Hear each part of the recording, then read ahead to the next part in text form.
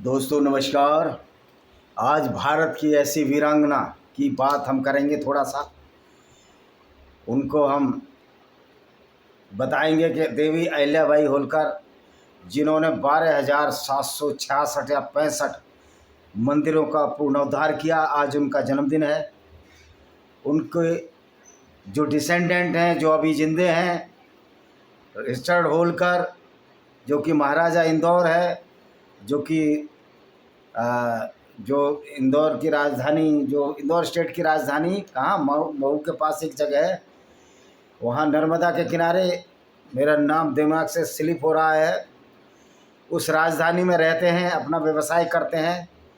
उनको मैं बधाई देना चाहता हूँ, शुभकामनाएं देना चाहता हूँ कि आप ऐसे ख़ानदान में पैदा हुए जिन्होंने मंदिरों के, जिनकी माता देवी अहिल्याबाई ने 12,765 मंदिरों का जीर्णोद्धार किया, जिसमें कि काशी विश्वनाथ का भी मंदिर है। तो उनको हम बधाई देना चाहते हैं कि आप ऐसे वीरांगना महान देवी अहिल्याबाई होलकर के वंशज हैं। आपकी रगों में वही खून बहता है जो महाराजा मल्हार होलकर, यशवंतराव होलकर और अहिल्याबाई, मुक्तिबाई, मालीराव और खांडेराव की नसों में या रगों में बहता था। तो आप ऐसी देवी को, जिसने पूरी दुनिया में मंदिरों का जीर्णोद्धार किया, और ये मंदिर क्यों टूटे थे? ये वो इस्लामिक गुंडागर्दी जो ये कहती है कि गैर मुस्लिमों को धर्म स्थल को तोड़ना जायज़ है। इसलिए हमारी लड़ाई इस विचारधारा से हमेशा रहेगी। जिन्होंने मंदिरों को तोड़ा, जिन्होंने गिरजाओं को तोड़ा, जिन्होंने सिनेगोग तोड़ा, यहूदियों के धर्म स्थलों को तोड़ा, इसके लिए 1 जून 2025 से हमारी काफिर इंटरनेशनल आर्मी का सदस्य, ये वॉलंटरी सदस्य है। कोई पेपर पर नहीं है ये विचारधारा कि आपको इस्लामिक जिहादी इसकर से लड़ना है, और जगह जगह गली मोहल्लों में ऐसे इस्लामिक आतंकवादियों को आपको एलिमिनेट करना है, जिससे कि हमारी पुलिस, हमारी मिलिट्री और हमारे बहुत से इदारे या संस्थाएं जो इससे जूझ रही हैं, वो कम से कम उनको थोड़ी रिलैक्स और रिलीफ मिले। कानून के दायरे में रहकर सर्टिफाइड आतंकवादियों को हमको मारना है। जो सर्टिफाइड आतंकवादी हो जाएगा उसको ढूंढ को मारना है, और उन लोगों को भी एलिमिनेट कर रहा है जो आतंकवादियों को शरण देते हैं।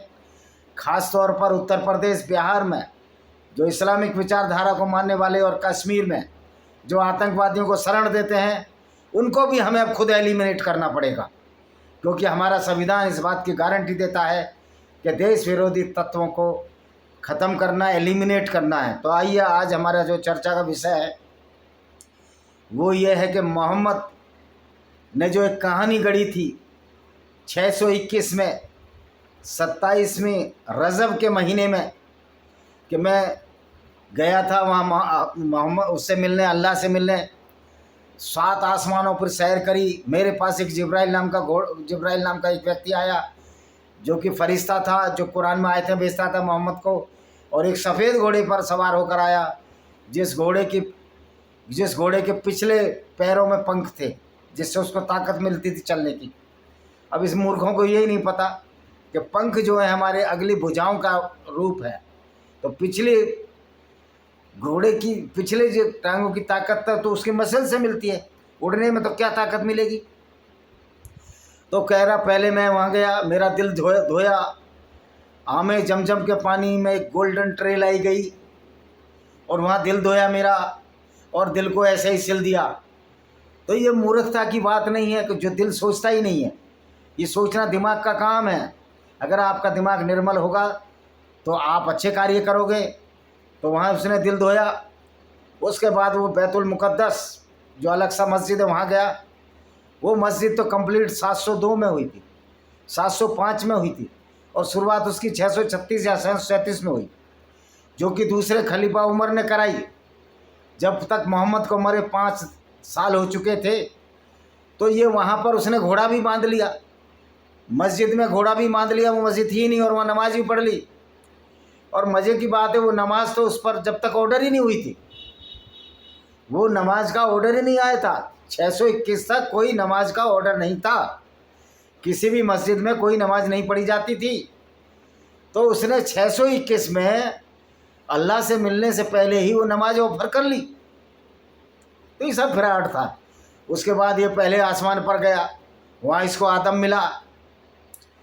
फिर आदम ने पूछा कि तुम कौन हो? उन्होंने कहा मैं मोहम्मद हूँ। फिर दूसरे आसमान पर इसको याहिया मिला, जिसको कि जॉन कहते हैं, और ईसा मिले, जो जीसस को इन्होंने ईसा बनाया था। फिर तीसरे आसमान पर इद्रिस मिला, चौथे पर इब्राहिम, चौथे पर फिर यूसुफ मिला। इस तरह करते करते करते छठे आसमान पर इसको मूसा मिला, साथ में भी इब्राहिम मिला, और इब्राहिम को इसने सिजदा किया, वो फादर था इसका, उसको इज्जत दी। लेकिन मोहम्मद ने कभी अपने माँ बाप को इज्जत दी? जब उससे पूछा गया कि आपके माँ बाप तो मुसलमान नहीं थे तो क्या होगा, ये इनकी हदीसों में जो इनके एक ने पूछा, तो उन्होंने कहा मेरे माँ बाप भी नरक में जाएंगे, और जो पूछ रहा था तुम्हारे माँ बाप भी नरक में जाएंगे। जो अपने माता पिता की इज्जत नहीं कर सका सिर्फ अपने फ़ायदे के लिए, इससे कोई ज़्यादा स्वार्थी व्यक्ति नहीं था। फिर वहाँ पर मूसा ने कहा कि तुमको क्या ऑर्डर मिला है? कह रहा मेरे को अल्लाह ने 100 नमाजें बख्शी हैं, 100 नमाज पढ़ो 24 घंटे में, 30 मिनट 40 मिनट अब धोने में लग जाएंगे। तो क्या अल्लाह इतना मूर्ख था? उसको पता नहीं था कि 100 नमाज 24 घंटे में कैसे पढ़ेंगे? कितनी नमाज पढ़ेंगे? अगर एक मिनट की कोई नमाज होती है, 3-4 मिनट तो हाथ धोने, वजू करने में, रुकू में, जो नमाज का अंग है, फिर नमाज पढ़ने तो रुकू में, फिर पलेंडी ऊपर करने में, फिर नीचे करने में, एक काल्पनिक अल्लाह के नाम पर, तो कितने घंटे लगते? 50 घंटे लगते। अगर आधा घंटा भी लगा लो एक नमाज में पूरा खर्च होने में, वजू से लेकर आखिरी तक, तो भाई फिर उन्होंने कहा, मोसेस ज़्यादा समझदार था अल्लाह से। मूसा ने कहा नहीं, 100 नमाज नहीं पढ़ सकते, क्योंकि बनी इजराइल जो मेरे यहूदी और दोस्त थे वो भी 100 बार ऑफर नहीं कर सके नमाज।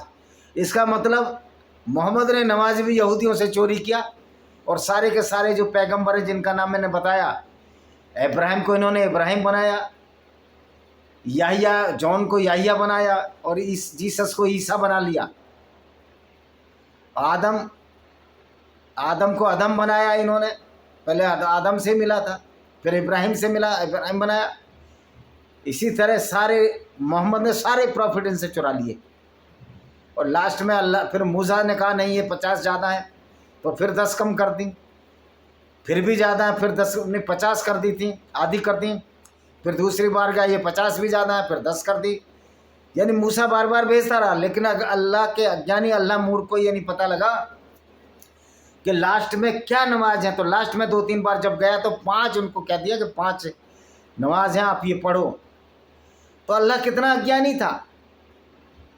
और मज़े की बात है, जो प्रॉफिट था, जिसको लेने खुद जिब्रील आया था, बार बार इससे पूछा जाता था तुम्हारे साथ क्यों है।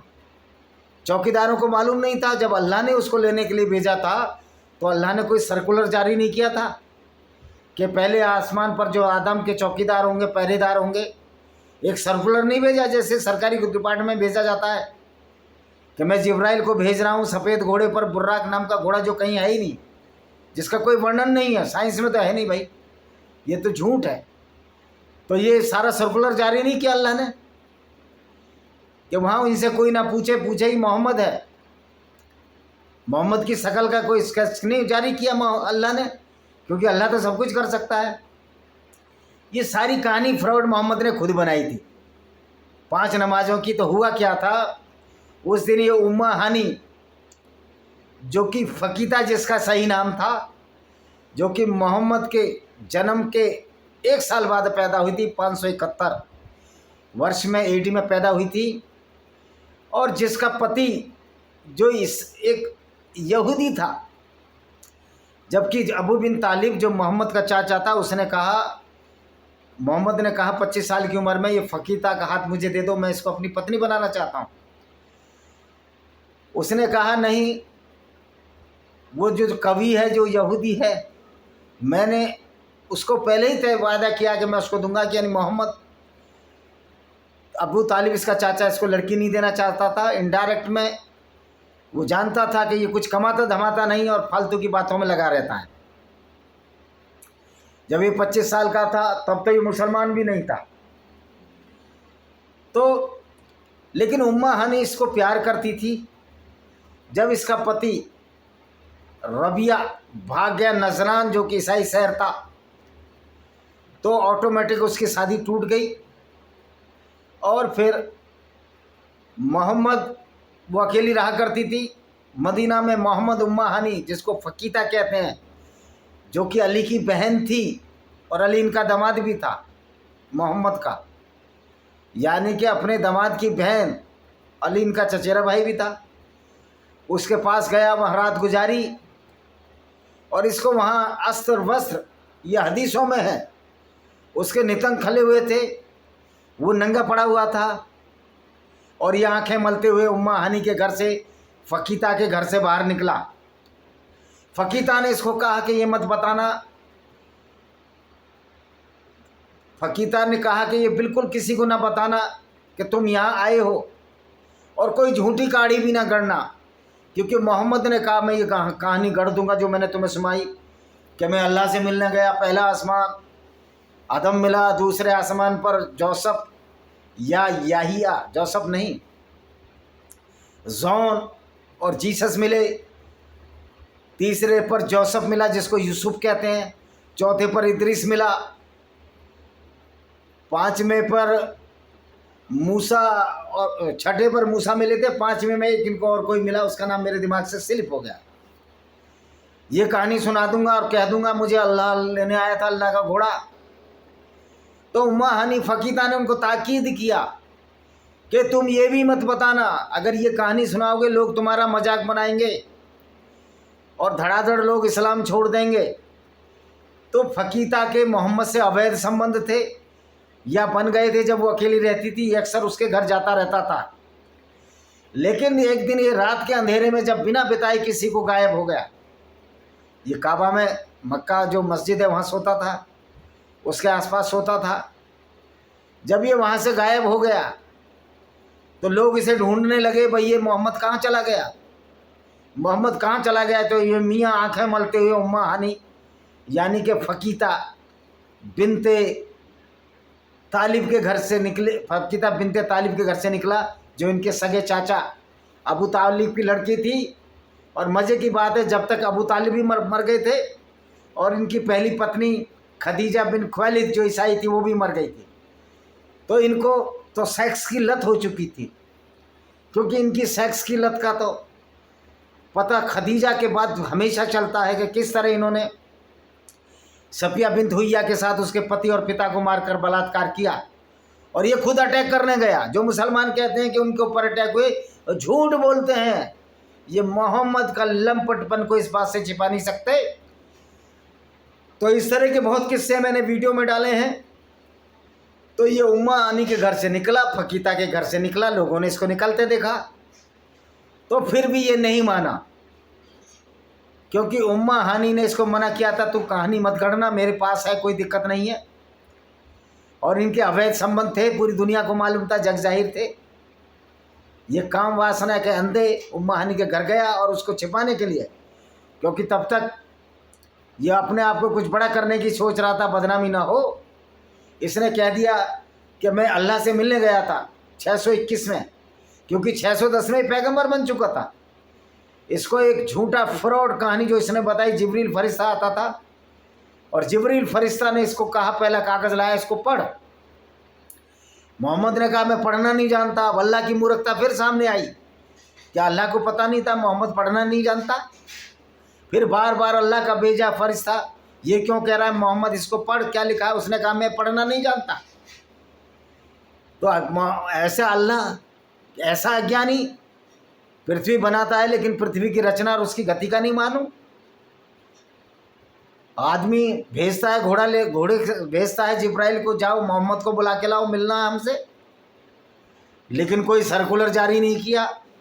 हर बार बेचारे से मोहम्मद से पूछा जाता था कि भाई आप ये तुम्हारे साथ कौन है? जिब्रील से। जिब्रील बोलता था मोहम्मद है, फिर बुला लेते थे। और मूसा तो रोने लगा। इस हदीस के अनुसार मूसा रोने लगा कि तुम वो अच्छे व्यक्ति हो जिसके साथ सारे लोग जन्नत में जाएंगे, स्वर्ग में जाएंगे, जो तुमको मानेंगे। यानी कि वो अच्छा व्यक्ति है जो पूरी ज़िंदगी काफिले लूटता रहा, पूरी ज़िंदगी औरतों से बलात्कार करता रहा। यानी कि किस तरह इसके अंदर जो इनर कॉन्शियस था उसको कचोटता रहा होगा कि मैं क्राइम कर रहा हूँ, तो ये कहानी गढ़ ली। यानी कि वो रहने वाला, ख्वाबों में रहने वाला था, अपनी गलती को अल्लाह के नाम पर करता कर गया। एक काल्पनिक अल्लाह के नाम पर लोगों को बेवकूफ़ बनाता गया। इसको नार्सिज्म का रोग कहते हैं, आत्मभुक्ता का रोग कहते हैं। क्योंकि मोहम्मद सर्टिफाइड रूप से, मानसिक रूप से स्वस्थ व्यक्ति नहीं थे। इसका जिक्र अली सीना, जो एक्स मुस्लिम ईरान के हैं, जो अब अमेरिका या बाहर कहीं रहते हैं, उन्होंने अपनी किताब अंडरस्टैंडिंग द मोहम्मद में लिखा है, और मैंने वीडियो डाली है, आप देख लीजिए उसमें। तो ये उम्मा हानी के घर से निकला। जब इसको उम्मा हानी के घर में पाया तो ये नंग धड़ंग अवस्था में थे, कपड़े खुले हुए थे। लोगों ने इसको पकड़ लिया कि लोग तो इसको ढूंढ रहे थे मक्का में कि मोहम्मद कहाँ गायब हो गया। क्योंकि जब इसके चाचा भी मर चुके थे तो इनके भतीजे भाइयों ने इसको ढूंढा होगा। लेकिन वहाँ जब इस हालत में देखा, वे नंग धड़ंग था, तो नंग धड़ंग किसी ने इसको इंटरकोर्स करते तो नहीं देखा, लेकिन कपड़े अस्त व्यस्त थे। तो इसने मुराज की यात्रा की ये कहानी गढ़ ली। था अपनी चचेरी बहन उम्मा हानी, या जिसको फ़कीता भी कहते हैं, उसके घर में था और ये कहानी गढ़ ली। और फ़कीता भी बाद में नजरान में भाग गई थी। जब मुसलमानों का अटैक हुआ तो नजरान भाग गई थी। मोहम्मद ने उससे शादी करने के लिए दोबारा कहा, तो उसने कहा मेरे बच्चे बड़े हो चुके हैं, मैं शादी नहीं करूँगी। लेकिन जब फ़कीता का पति भाग गया तो मोहम्मद से पेशकश की शादी की, तब मोहम्मद ने उसको इनकार कर दिया, क्योंकि तब उसके पास बहुत सारी बीवियाँ और लूट का माल आ चुका था। तो ये था किस्सा मेराज की यात्रा का, जो झूठ पर झूठ बोलता गया।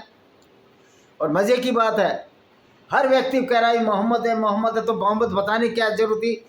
जिब्रील को बता देना चाहिए था, एक सर्कुलर जारी करने चाहिए कि मोहम्मद की यात्रा होगी। और मोसेस रोने लगा, मोसेस रोने लगा कि भाई मेरे जो इनकी कौम है जो मोहम्मद के पीछे लगेगी वो जन्नत में जाएगी। ये सारी कहानी गढ़ी हुई थी। मोजिज़ तो मोहम्मद को जानता भी नहीं होगा, क्योंकि मोजिज़ तो बहुत पहले ख़त्म हो गया था। आदम और हव्वा की कहानी तो नकली कहानियाँ हैं। ये कोई एक दुनिया आदम हव्वा से और 6 दिन में नहीं बनी। तो ये सारी माइथोलॉजी है, मोहम्मद उनसे कभी नहीं मिला होगा, क्योंकि ऐसे कैरेक्टर पैदा हुए भी नहीं। इस पर भी संशय है। जो कहते हैं कि इस्लाम करोड़ों अरबों साल से है, तो आज का जो मानव जिस रूप में बैठा हूँ, जिसको होमो सैपियंस कहते हैं, वो तो 2.5 लाख वर्ष पूर्व पैदा हुआ है। और वो भी साउथ अफ्रीका में डेवलप हुआ, अफ्रीका के पूर्वी तट पर। साउथ अफ्रीका एक देश है और अफ्रीका पूरा महाद्वीप है, और बाद में जगह जगह माइग्रेट हुए हैं। तो क्या इस्लाम शुरू से था क्या? जो बंदरों की औलाद थे, जो कपियों के रिश्तेदार हैं, पीस के रिश्तेदार हैं, उनसे हमारा डेवलपमेंट हुआ है, उनके निकट संबंधियों से। तो क्या इस्लाम के मानने वाले पहले बंदरों की औलाद थे? तो ये सब झूठ और फैलेसी है। ये ईसाइयत में भी है, बाइबल में भी है, ये सनातन वैदिक धर्म में भी है कि सब मनु की औलाद है। ये फैलेसी है, ये मिथ है। लेकिन जब वो मिथ दूसरों को कत्ल करने पर आमादा हो जाए, झूठे अल्लाह के नाम पर झूठी यात्राएं कर डाले, और अल्लाह उसको आदेश दे, जिब्रील के नाम से एक फरिश्ता बनाया जो गैब्रियल था यहूदियों का, और कत्ल करने लगे, तो इस इंसैनिटी का, इस पागलपन का तो जवाब देना होगा। हमने बता दिया अल्लाह नाम कोई चीज़ नहीं है, इसलिए कोई डरने की जरूरत नहीं, कोई अल्लाह इनकी मदद करने वाला नहीं है। सवाल यह है कि अब इस सरतन से जुदा किनारे को हम चलने नहीं देंगे। 1 जून से कमर कस लो 2025 से। जो भी इस्लामिक आतंकवाद फैलाए उसको पब्लिक खुद एलिमिनेट करे, उसको वहीं पहुंचाए जहाँ वो चाहता है। जो इनकी नकली मिथ है 72 हुरों वाले, 72 हुरों के पास रहो मजे से। अरे अगर सचमुच 72 हो रहे हैं और तुमको मिलेंगी, वो भी तुमको डंडे मारेंगी, मोहम्मद को भी डंडे मारेंगी कि ऐसा व्यक्ति जो औरतों के साथ बलात्कार करता रहा, उसको हम अपना पति बनाएंगे। उसको हम काम सुख देंगी, वो भी डंडे मारेंगे तुम सारे हो, जैद हामिद तेरी तो खोपड़ी गंजी कर देंगे। तो पहला काम है जैद हामिद, मसूद अजहर जैसे लोगों को पाकिस्तान में हमारी काफिर इंटरनेशनल आर्मी इनको एलिमिनेट करे, जिससे कि पूरी दुनिया में शांति का वातावरण बन सके। मेरी हैं 10-12 किताबें हैं विजय कुमार के नाम से। लेमेंट of Sinjar by Vijay Kumar Pal जरूर देखिए, पढ़िए। लॉस्ट पैराडाइज कश्मीर को जरूर पढ़िए बाई विजय कुमार पाल, और अन्य किताबों को जरूर पढ़िए, वो आपको मिल जाएंगी जब गूगल में जाएंगे। इसी के साथ मैं इस वीडियो को विराम देता हूँ। वंदे मातरम, जय हिंद, आपका दिन शुभ हो।